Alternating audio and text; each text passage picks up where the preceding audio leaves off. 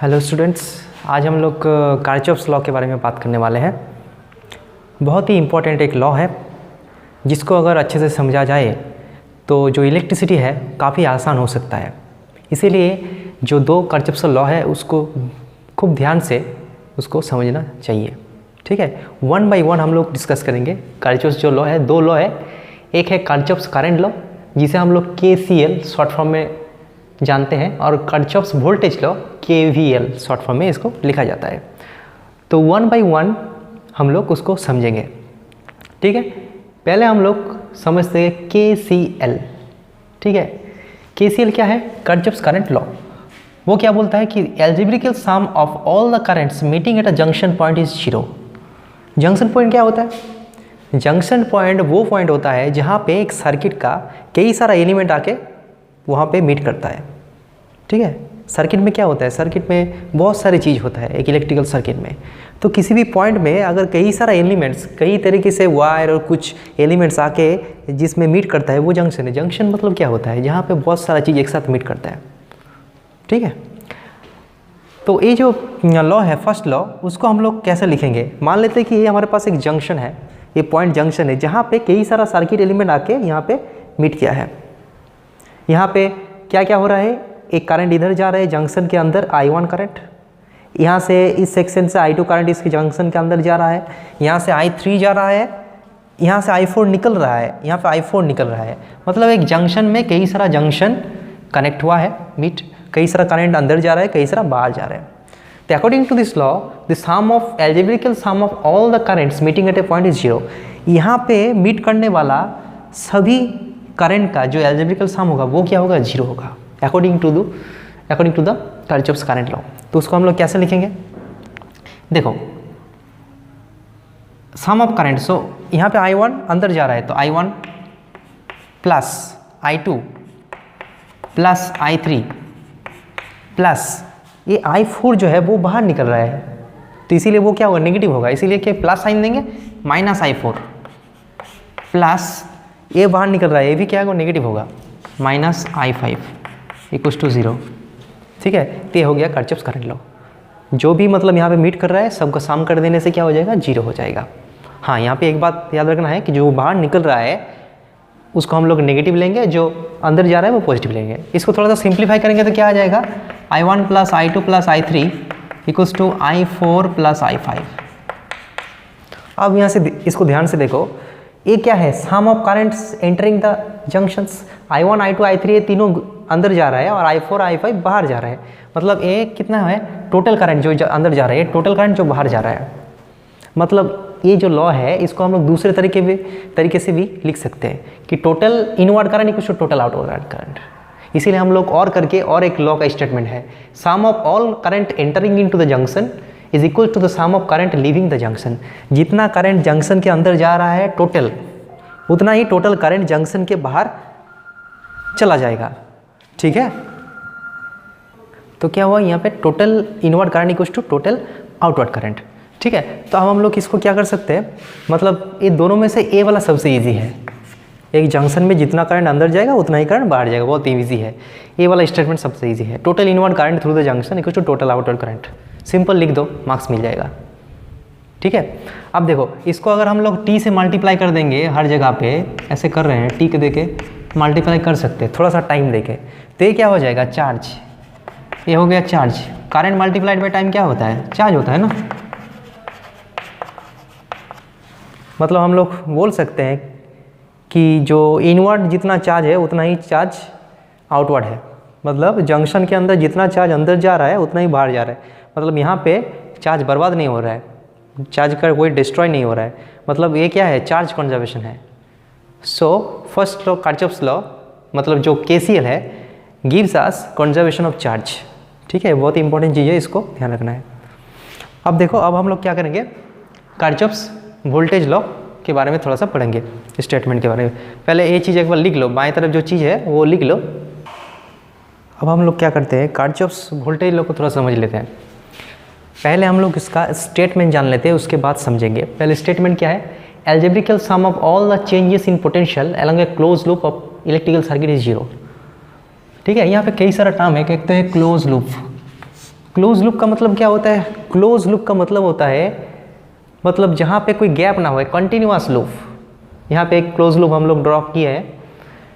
Close loop मतलब किसी भी पॉइंट से अगर स्टार्ट करेंगे तो वो घूम के फिर वहाँ पे भी आ सकता है, बीच में कोई गैप नहीं है, close path of the electrical circuit. दूसरा बात है कि चेंजेस इन पोटेंशियल, मतलब जितना भी पोटेंशियल में चेंज आएगा अलॉन्ग ए क्लोज लूप, उसका सम करने से जीरो आ जाएगा। मतलब हम लोग क्या करेंगे, एक पर्टिकुलर पॉइंट से स्टार्ट करेंगे और एक क्लोज लूप फॉलो करके फिर वहाँ पे वापस आएंगे, और ड्यूरिंग जर्नी कहीं पे क्या होगा, पोटेंशियल बढ़ेगा, कहीं पे घटेगा। तो जितना भी पोटेंशियल में चेंज आएगा, कहीं भी बढ़ेगा घटेगा, सब मिला के कितना होगा, ज़ीरो होगा। ये है first law, sorry second law, जो KVL है, किरचॉफ्स वोल्टेज लॉ। तो इसको हम लोग लिखेंगे। तो एक हम लोग एग्जाम्पल यहाँ पे लिया है, ये क्लोज लूप है, ये बहुत ही बड़ा इलेक्ट्रिकल एक सर्किट है जिसका एक लिटिल पार्ट क्लोज लूप है, उसके बारे में हम लोग फोकस कर रहे हैं। यहाँ पे भी सर्किट, इधर उधर कई सारा सर्किट है, लेकिन हम लोग किस में फोकस कर रहे हैं, सिर्फ जो एक क्लोज लूप है उसके बारे में फोकस कर रहे हैं।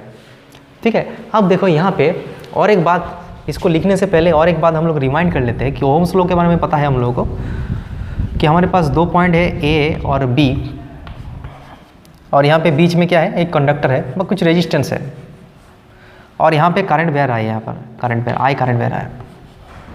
A पॉइंट से लेकर B पॉइंट तक इधर I करंट बह रहा है। तो हम लोग को मालूम है कि जो पोटेंशियल डिफरेंस होगा वो क्या होगा, ओम्स लॉ V = IR, मतलब VA - VB, जिसे हम लोग सिंपल, A तो पोटेंशियल डिफरेंस है, मतलब यहाँ का पोटेंशियल और यहाँ का पोटेंशियल दोनों के बीच में जो डिफरेंस है, जिसको हम लोग VB बोल सकते हैं, सिर्फ V = I × R होता है। मतलब अच्छे से देखना, इधर करंट बह रहा है, तो अगर हम लोग यहाँ से एंटर करेंगे और यहाँ से निकलेंगे तो क्या होगा, IR अमाउंट ऑफ पोटेंशियल घट जाएगा। यहाँ पे अगर 10 वोल्ट है तो जब यहाँ से इसको क्रॉस करके, रेजिस्टेंस को क्रॉस करके यहाँ पे निकलेंगे तो IR घट जाएगा। कैसे, यहाँ पे देखो VB क्या हुआ, VB = VA - IR, मतलब उसको एंटर करने से, जब एंटर कर रहा था तो उस जगह का पोटेंशियल कितना था, VA, जब बाहर निकला VB पॉइंट आया तो वहाँ पे पोटेंशियल कितना घट गया, IR अमाउंट ऑफ, मतलब रेजिस्टेंस के उस पार और इस पार में पोटेंशियल में क्या होता है, अंतर होता है। रेजिस्टेंस से उस पार क्या होता है, पोटेंशियल अलग होता है, इस पर अलग होता है। अगर हम लोग करंट के ओर जा रहे हैं, करंट जिधर जिधर जा रहा है, मतलब करंट कहाँ से कहाँ फ्लो करता है, हाई पोटेंशियल से लो पोटेंशियल फ्लो करता है। ठीक, तो अगर हम लोग करंट के ओर जा रहे हैं, फ्लो के अलोंग जा रहे हैं, मतलब हम लोग हाई से लो पोटेंशियल रीजन में जा रहे हैं, मतलब जो पोटेंशियल है वो क्या हो रहा है, घट रहा है। मतलब अगर हम लोग करंट के ओर जा रहा है और बीच में एक रेजिस्टेंस आ जाए तो रेजिस्टेंस के इस पार और उस पार में IR amount of potential difference होगा। किस में कम होगा, यहाँ पे जितना होगा वहाँ पे IR अमाउंट ऑफ कम होगा, क्योंकि हम लोग अलोंग द करंट जा रहे हैं। और अगर हम लोग करंट के ऑपोजिट साइड में जा रहे हैं तो रेजिस्टेंस से पहले जितना पोटेंशियल है, रेजिस्टेंस के उस पार IR अमाउंट ऑफ पोटेंशियल ज़्यादा होगा, क्योंकि हम लोग करंट के ऑपोजिट में जा रहे हैं। ठीक है, तो एक सिंपल बात याद रखना कि रेजिस्टेंस के इधर और उधर में कितना पोटेंशियल डिफरेंस होता है, IR अमाउंट ऑफ पोटेंशियल कम ज़्यादा होता है। अब वो पोटेंशियल कम होगा कि ज़्यादा होगा, वो डिपेंड करेगा कि हम लोग किस रीजन से किस रीजन जा रहे हैं। अगर हम लोग अलोंग द करंट जा रहे हैं तो हम लोग हाई पोटेंशियल से लो पोटेंशियल जा रहे हैं, मतलब चेंज क्या हो रहा है, नेगेटिव चेंज हो रहा है, मतलब वो घट रहा है। अगर हम लोग लो पोटेंशियल से हायर पोटेंशियल में जा रहे हैं, मतलब करंट के अपोजिट साइड में जा रहे हैं, तो पोटेंशियल बढ़ रहा है, तो चेंजेस क्या है, पॉजिटिव। इसको याद रखना है। अब देखो यहाँ पे किरचॉफ्स लॉ हम लिखेंगे, तो किरचॉफ्स लॉ हम लोग कैसे लिख सकते हैं। किरचॉफ्स लॉ हम लोग लिख सकते हैं, किसी भी पॉइंट से हम लोग को स्टार्ट करना पड़ेगा। हम लोग मान लेते हैं कि इस पॉइंट से स्टार्ट कर सकें, इसका कोई मतलब रूल नहीं है, हम यहाँ से भी स्टार्ट कर सकते हैं, यहाँ से भी स्टार्ट कर सकते हैं, यहाँ से अलोंग ए क्लोज लूप हम कहीं से भी स्टार्ट कर सकते हैं। कितना अच्छा लॉ है, हम कहीं से भी स्टार्ट कर सकते हैं, कोई मतलब फिक्स नहीं है, यहाँ से भी यहाँ से भी यहाँ से कर सकते हैं। और वहाँ से लेके घूमना होगा अलोंग द क्लोज लूप, किधर घूमेंगे, क्लॉकवाइज एंटी क्लॉकवाइज, वो भी कोई फिक्स नहीं है, इधर भी घूम सकते हो इधर भी घूम सकते हो, लेकिन कहाँ पे वापस आना, वहीं पे वापस आना होगा। मतलब यहाँ से लेके स्टार्ट करके हम लोग क्लॉकवाइज और एंटी क्लॉकवाइज घूम के एक चक्कर लगाना है। इधर लगाना है कि इधर लगाना है वो भी फिक्स नहीं है, और कहाँ से स्टार्ट करना है वो भी फिक्स नहीं है। लेकिन एक कंप्लीट चक्कर लगाना है, जहाँ से स्टार्ट करेंगे वहाँ पे वापस आना है।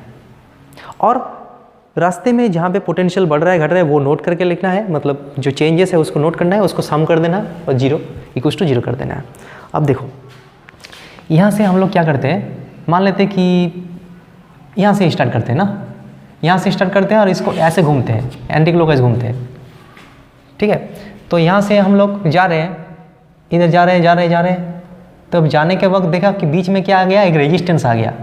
तो हम करंट तो इधर जा रहा है ना, तो हम लोग यहाँ से लेके जब यहाँ से निकलेंगे, यहाँ से एंटर किया, यहाँ से निकलेंगे, हम लोग यहाँ इधर जा रहा है, करंट की ओर जा रहा है, तो यहाँ से लेके जब एक रेजिस्टेंस है उसको क्रॉस करेंगे तो कितना अमाउंट ऑफ पोटेंशियल चेंज होगा, I1 R1 amount of potential change होगा।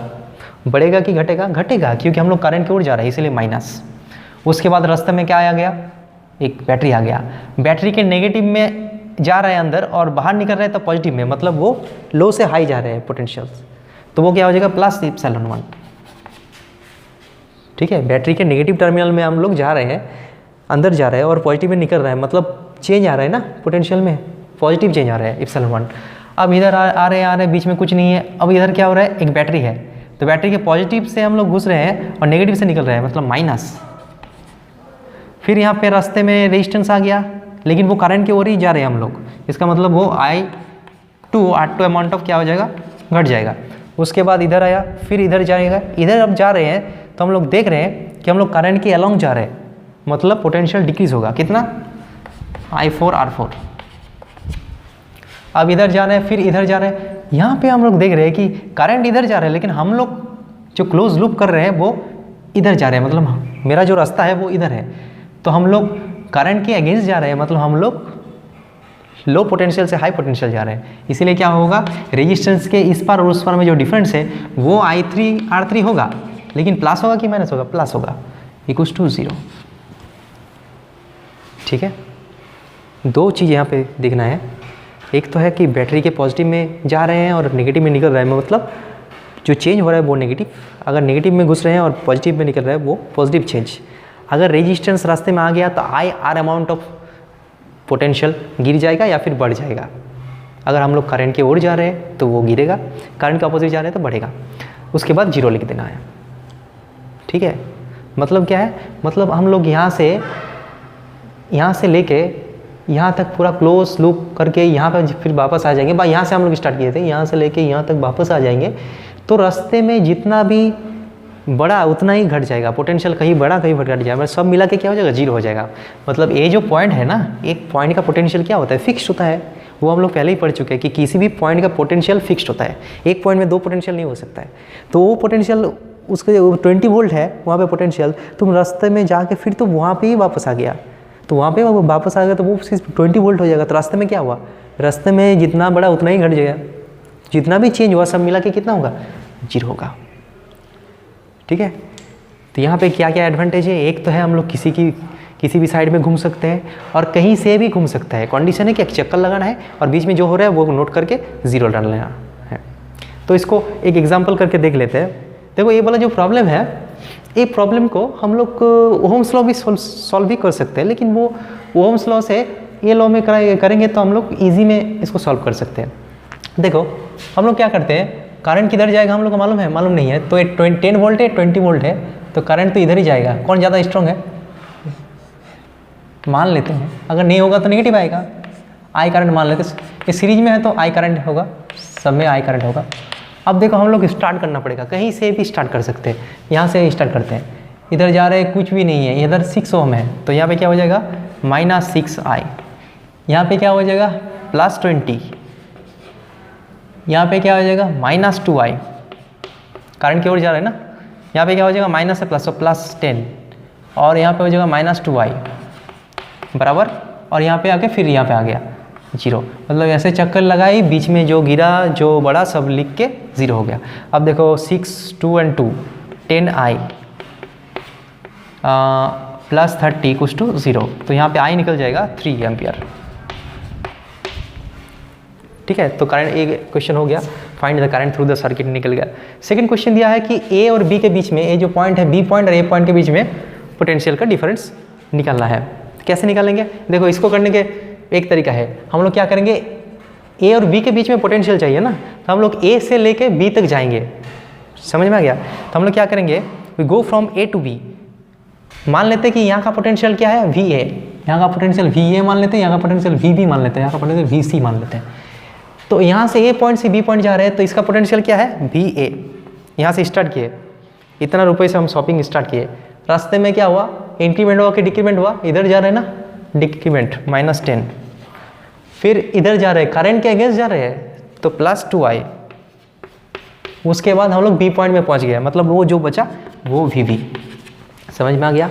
इतना रुपये से शॉपिंग स्टार्ट किए थे, यहाँ पे 10 रुपये खर्चा हुआ, यहाँ पे कुछ बढ़ा, उसके बाद यहाँ पे आ गया, तो अब कितना बचा, इतना वी। अब देखो वी ए माइनस वी भी हम निकाल सकते हैं, वी ए माइनस वी, इसको इधर ला लेते हैं और इसको इधर कर देते हैं, तो क्या हो जाएगा 10 - 2i, और i के वैल्यू ऑलरेडी हम कैलकुलेट कर चुके हैं 3, सो 10 - 2 × 3 मतलब 6, सो हो जाएगा 4 वोल्ट। अब निकालना है क्या, वी बी और वी सी के बारे में, तो हम लोग क्या करेंगे, वी बी से सी तक जाएंगे, और क्या हो रहा है, वी से हम लोग वी बी पोटेंशियल में स्टार्ट करेंगे और रास्ते में जो हो रहा है उसको लिखेंगे, उसके बाद वी सी। ठीक है, ये हालांकि क्लोज लूप नहीं है, किरचॉफ लॉ नहीं है, लेकिन हम लोग वो लगा सकते हैं कॉन्सेप्ट। तो वी बी से लेके जाएंगे, तो वी बी यहाँ का पोटेंशियल, बीच में कुछ नहीं है, कुछ नहीं, यहाँ पे बैटरी आ गया, बैटरी क्या हो रहा है, नेगेटिव या पॉजिटिव, नेगेटिव हो रहा है, हम पॉजिटिव से घुस रहे हैं और नेगेटिव निकल रहे हैं। इसके बाद 6 ओम वो करंट के अगेंस्ट जा रहे हैं, तो -6i = Vc। सो यहाँ पे Vb - Vc क्या निकल जाएगा, 6i, ठीक है, माइनस हो गया, ठीक है, प्लस से माइनस, सो -20, ओ ए +2 है, सॉरी +6 होगा, अगेंस्ट जा रहा है ना, तो -6i + 20, i का मतलब 3, तो -6 × 3 -18 + 20, तो वो क्या हो जाएगा, 2 वोल्ट हो जाएगा। इसको हम लोग अलग तरीके से भी कर सकते हैं, लेकिन ये जो हम लगा रहे हैं ना किरचॉफ लॉ, बहुत ही आसान हो जाएगा।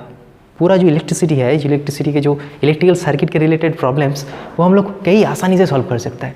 देखो कितना फ्लेक्सिबल है रूल्स, हम लोग कहीं से भी स्टार्ट कर सकते हैं और कहीं से भी घूम सकते हैं, इधर भी घूम सकते हैं, इधर भी घूम सकता है।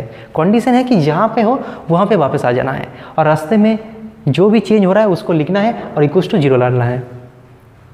ठीक है, तो जब हम लोग करंट की ओर जा रहे हैं, तो मतलब हाई से लो जा रहे हैं, तो रेजिस्टेंस के इस पार और उस पार में एक पोटेंशियल डिफरेंस आएगा IR, ठीक है, वो घट जाएगा पोटेंशियल्स करंट के अलॉन्ग, और करंट का अपोजिट बढ़ जाएगा। ठीक है, तो ऐसे हम लोग किरचॉफ लॉ को यूज़ कर सकते हैं और काफ़ी आसानी से कई सारा प्रॉब्लम सॉल्व कर सकते हैं। यहाँ पे और एक प्रॉब्लम दिया है, वो हम लोग थोड़ा सा सॉल्व करेंगे। ठीक है, किरचॉफ लॉ अप्लाई करके। देखो ये जो प्रॉब्लम है, इसको हम लोग ओहम्स लॉ से सॉल्व नहीं कर सकते। ये क्या हो गया, कॉम्बिनेशन ऑफ सेल हो गया, कई सारा मतलब कॉम्प्लेक्स चीज़ आ गया, उसको अगर नॉर्मली वे तक करेंगे तो वो बहुत टाइम लग जाएगा। तो हम लोग क्या करेंगे, थोड़ा सा मॉडिफाई कर लेते हैं। हम लोग को मालूम नहीं कि कहाँ पे करंट जाएगा। मान लेते कि यहाँ से करंट निकला, I करंट निकला, फिर यहाँ पे आके 2 सेक्शन है, तो कुछ इधर जाएगा और कुछ क्या होगा, इधर जाएगा। हम लोग मान लेते कि ऐसा हो सकता है। यहाँ पे करंट I करंट निकला, यहाँ पे थोड़ा सा करंट इधर गया, थोड़ा सा इधर गया, फिर यहाँ पे मीट कर गया, फिर I करंट ओके, फिर वापस नेगेटिव टर्मिनल में आ गया। ऐसे हम लोग करते हैं। इस बैटरी में भी कर सकते हैं, यहाँ से करंट निकाल सकते हैं। हम लोग ये बड़ा वाला बैटरी में भी किया, कोई बात नहीं, यहाँ से I करंट निकला, कुछ इधर गया, कुछ इधर गया, उसके बाद ऐसा हो गया। अब हम लोग क्या करेंगे, किरचॉफ लॉ लगाएंगे। देखो किरचॉफ लॉ कैसे लगाएंगे, पहला तो एक यहाँ पे जंक्शन रूल लगा सकते हैं पॉइंट में। ए पॉइंट में जंक्शन रूल क्या आएगा, I = I1 + I2। Total current यहाँ पे कितना निकल रहा है, I1, और कितना अंदर आ रहा है, I, जा रहा है I1 और I2, तो I1 + I2 = I। Total inward current = total outward current. ये हो गया इक्वेशन नंबर 1। अब देखो इसमें किरचॉफ लॉ लगाएंगे। यहाँ पे अगर मान लेते हैं कि ऐसे घूमेंगे, एंटी क्लॉकवाइज घूमेंगे, यहाँ से स्टार्ट करते हैं, तो इधर जा रहे हैं तो क्या हो रहा है, -3I1, उसके बाद +10, उसके बाद -2I, नॉट I1, I, इसमें I करंट जा रहा है, फिर यहाँ पे +20, ठीक है, = 0। तो इसमें करंट आ जाए, इक्वेशन आ जाएगा 3I1 - 2I = +30, equals to 0। Question number 2। और यहाँ पे एक लॉ लगाते हैं ऐसे, यहाँ से स्टार्ट करते हैं, यहाँ से I2 तो क्या हो जाएगा -10I2। उसके बाद यहाँ पे आया तो -10, उसके बाद -3I1, सब मिला के क्या हो जाएगा 0 हो जाएगा। तो ये इक्वेशन नंबर 3 है। अब देखो 3 इक्वेशन है और 3 वेरिएबल्स है I1 और I2।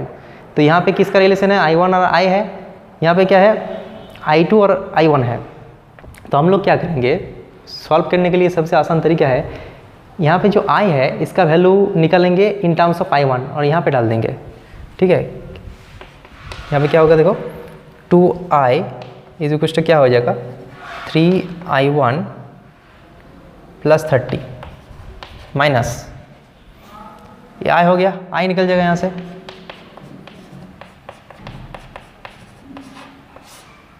I निकल जाएगा।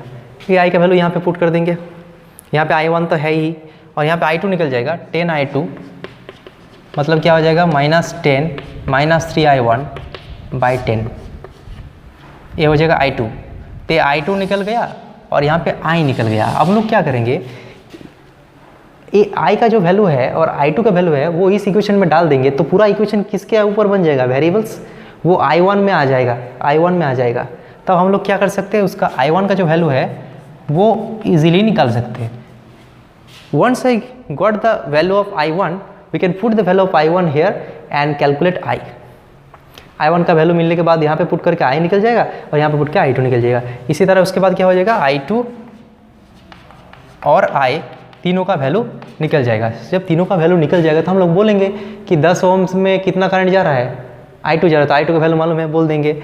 उसके बाद 2 ओम में कितना जा रहा है वो भी हम लोग निकाल चुके हैं और 3 ओम में कितना जा रहा है वो भी निकाल चुके हैं। मतलब ईच एंड एवरी रेजिस्टेंस में कितना करंट जा रहा है वो हम लोग इजीली निकाल सकते हैं। ठीक है, ये जो सॉल्यूशन है वो मैथमेटिक्स है, लेकिन ये चीज़ अच्छे से समझना, ये जो इक्वेशन हम लिख रहे हैं ना उसको समझने की कोशिश करो कि कैसे हम लोग किरचॉफ्स लॉ को लगा रहे हैं, वो इम्पोर्टेंट है। ठीक है, अब हम लोग क्या करते हैं, ह्यूस्टन ब्रिज के बारे में थोड़ा सा बात करते हैं।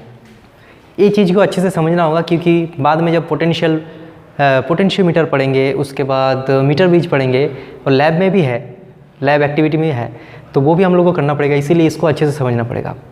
जो ह्यूस्टन ब्रिज होता है वो क्या होता है, ह्यूस्टन ब्रिज क्या होता है, एक इलेक्ट्रिकल सर्किट होता है जिसमें चारों रेजिस्टेंस रहता है और बीच में एक यहाँ पे इंस्ट्रूमेंट लगाया है और यहाँ से एक बैटरी भी कनेक्ट किया है।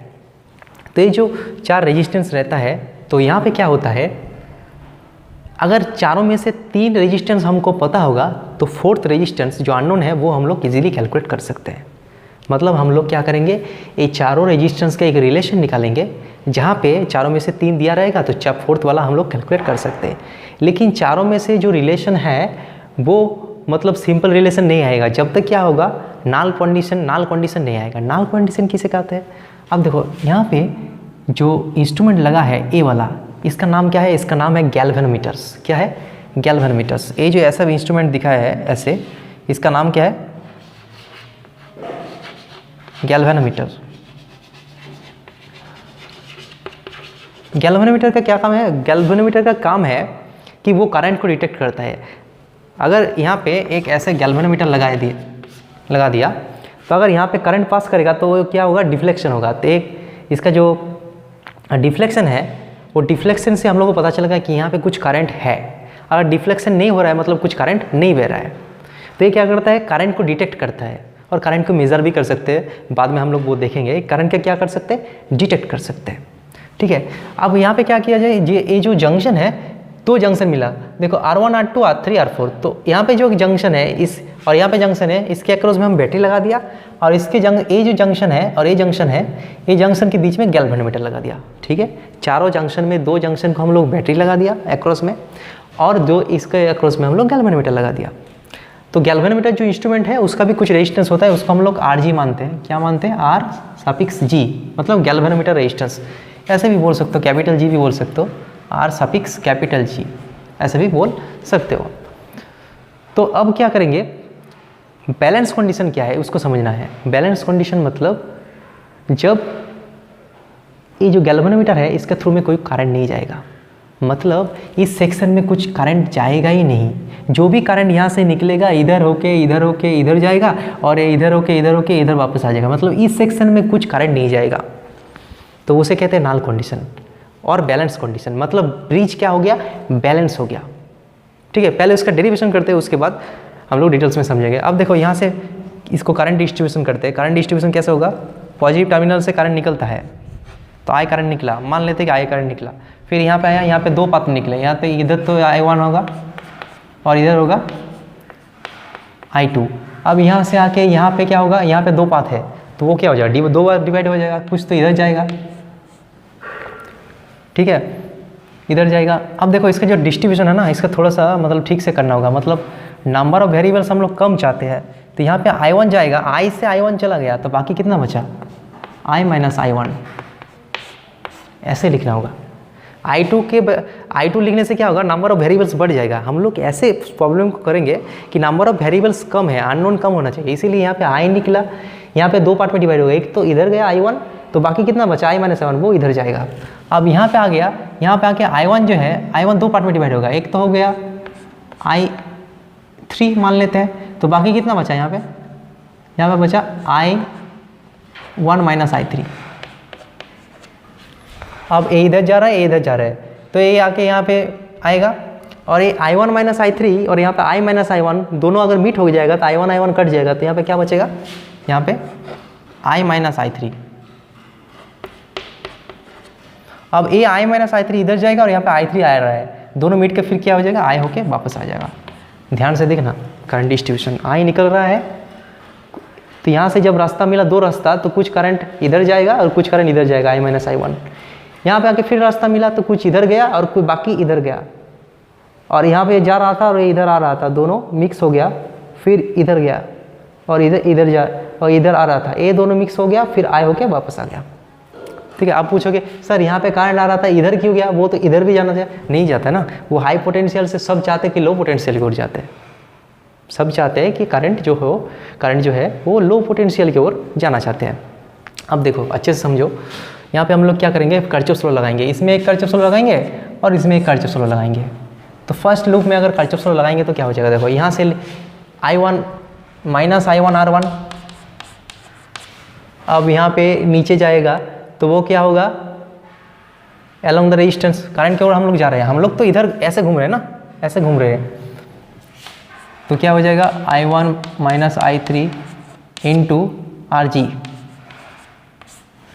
और फिर हम लोग क्या किया, यहाँ से स्टार्ट करके यहाँ से वापस जाना है, फिर इधर जा रहे हैं तो देख रहे थे हम, तो हम लोग जब जा रहे हैं इधर तो वो करंट के अगेंस्ट जा रहे हैं, तो मतलब यहाँ पे प्लस हो जाएगा, तो I minus I1 into RG सब मिला के क्या हो जाएगा, सॉरी R2 है ना यहाँ पे रेजिस्टेंस, 0 हो जाएगा, इक्वेशन नंबर 1 हो जाएगा। फिर यहाँ से लगाएंगे तो क्या हो जाएगा, यहाँ से स्टार्ट करते हैं, करंट की ओर जा रहे हैं तो क्या हो जाएगा माइनस I3 R3। उसके बाद यहाँ पे इधर आ रहे हैं तो करंट के अगेंस्ट जा रहे हैं तो प्लस हो जाएगा,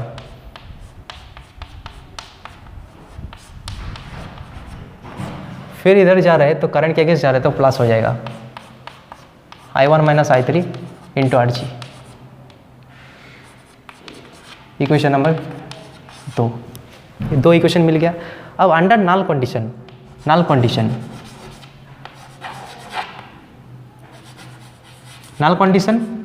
और बैलेंस कंडीशन।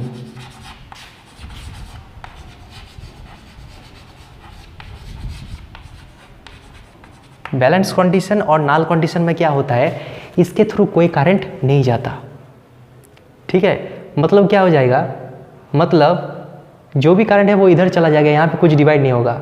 मतलब I1 माइनस I3 क्या होगा, 0 होगा। इसमें थोड़ा सा गड़बड़ी हो गया, इसको ऐसे नहीं करना चाहिए था, इसको IG बोलना चाहिए था। क्या बोलना चाहिए था, IG, क्योंकि वो लास्ट में हम क्या करेंगे, उसको 0 पुट करेंगे ना, तो ये I1 हो गया, IG निकल गया, तो ये बचा कितना, I1 माइनस IG। फिर जाके यहाँ पे मीट करेगा तो ये हो जाएगा IG और I कितना हो जाएगा, I minus I1 plus IG, ये हो जाएगा इसका। फिर यहाँ पे मीट करके आई वापस आ जाएगा। तो इक्वेशन थोड़ा सा गलत हो गया। पहला वाला इक्वेशन तो ठीक ही है, नहीं थोड़ा सा गलत हो गया। ठीक है, इसको पॉज करके पहले डायग्राम बना लो, उसके बाद हम बना लें। ठीक है, आप देखो 1 नंबर में इक्वेशन लगा रहे हैं तो हम लोग इधर जा रहे हैं, मतलब क्या होगा अच्छे से देखना, -I1 R1, उसके बाद इधर जा रहे हैं हम लोग, इधर जा रहे हैं ना, तो -IG × RG, उसके बाद इधर प्लस होगा क्योंकि करंट के वो डायरेक्शन में जा रहा है। इक्वेशन नंबर कितना 1, इसमें लगाएंगे तो क्या हो जाएगा, सेकेंड में I1 IG × R3, फिर इधर प्लस हो जाएगा। कितना करंट जा रहा है इधर तो I1 + IG करंट जा रहा है, और रेजिस्टेंस कितना है R4 है, और इधर जा रहे हैं तो करंट के अगेंस्ट तो IG RG = 0। Equation number 2। अब नल कंडीशन में क्या होगा, नल कंडीशन और बैलेंस कंडीशन बोल सकते हैं। नल कंडीशन में क्या होता है, IG 0 होता है, करंट थ्रू गैल्वेनोमीटर 0 होता है, मतलब इस सेक्शन में कुछ करंट जाता ही नहीं है, जो है इधर जाता है इधर जाता है। तो IG अगर 0 बैठा देंगे तो क्या हो जाएगा, 1 नंबर जो इक्वेशन है वो किस में कन्वर्ट हो जाएगा, -I1 R1, ये तो 0 हो गया, और यहाँ पे हो जाएगा +I-I1 × R2। इसको सिंप्लीफाई करेंगे = 0, तो क्या हो जाएगा I1 R1 प्लस कर देता है, इसको = करके दाएं तरफ ले जाता है, इक्वेशन नंबर 3 दे देते हैं इसको। सिमिलरली ये 2 नंबर इक्वेशन कैसे कन्वर्ट हो जाएगा, अगर IG की जगह 0 पुट कर देंगे तो -I1 R3 IG 0, तो क्या हो जाएगा I-I1 × R4 = 0। ये वाला टर्म तो 0 हो जाएगा। अब यहाँ पे क्या हो जाएगा, देखो I1 R3 = I-I1 × R4, equation number 4। अब 3 और 4 को अगर डिवाइड कर देंगे, डिवाइडिंग 3/4, तो क्या हो जाएगा, बाएं तरफ क्या हो जाएगा, R1/R3 = R2/R4। और उसको थोड़ा सा सिंप्लीफाई करेंगे तो क्या हो जाएगा, R1/R2 = R3/R4। ये नल कंडीशन है। ठीक है, R1/R2 मतलब R1/R2 = R3/R4, और R1/R3 = R2/R4, ऐसे हो सकता है। इन दोनों का रेशियो और इन दोनों का रेशियो सेम होगा, या फिर इन दोनों का रेशियो इन दोनों का सेम होगा, एक ही चीज़ है ना, दोनों इक्वेशन एक ही चीज़ है। ठीक है, तो कैसे लिखना है, R1 R2 R3 R4, continuous नहीं लिखना है, R1 R2 फिर R4 R3 नहीं होगा, R1 R2 फिर R3 R4 ऐसा लिखना है। तो उसमें क्या हो जाएगा, रेशियो ऑफ R1 और R2 = R3 और R4। हर वक्त नहीं, जब नल कंडीशन अचीव हो जाएगा तब, मतलब हम लोग जब एक्सपेरिमेंट करेंगे तो क्या करेंगे, 1 2 और 3 तीनों रेजिस्टेंस दिया रहेगा, ये अननोन है, इसको कैलकुलेट करना है। तो इसको क्या करना है, इसको थोड़ा सा हम लोग क्या करेंगे, इसको, इसका वैल्यू तो फिक्स्ड है, इसका वैल्यू और इसका वैल्यू फिक्स्ड कर देंगे। ठीक है, और हम लोग क्या करेंगे, जो R4 है यहाँ पे क्या है, R1 है, R2 है, R3 है और R4 है, तो ये तो फिक्स्ड है, ये है फिक्स्ड। अब R4 तो फिक्स्ड है, इसको तो हम लोग कैलकुलेट कर रहे हैं, अननोन है। अब R3 जो है ना वो वेरिएबल है, वेरिएबल का साइन ऐसा होता है, मतलब R3 को हम थोड़ा थोड़ा करके चेंज करेंगे। कब तक चेंज करेंगे, जब तक इसमें नल कंडीशन ना आए। करंट अगर नहीं बहेगा तो वो ऐसे खड़ा रहेगा, मतलब ऐसे रिफ्लेक्शन नहीं रहेगा। जब वो कंडीशन अचीव हो जाएगा तब उस कंडीशन में हम लोग ये जो कंडीशन है उसको लगा सकेंगे, और फिर R4 का वैल्यू हम लोग कैलकुलेट कर सकेंगे। तो this is known as Wheatstone bridge principle, जो कि हम लोग जो पढ़ने वाले हैं नेक्स्ट क्लास में, उसमें भी बहुत काम आएगा। ठीक है।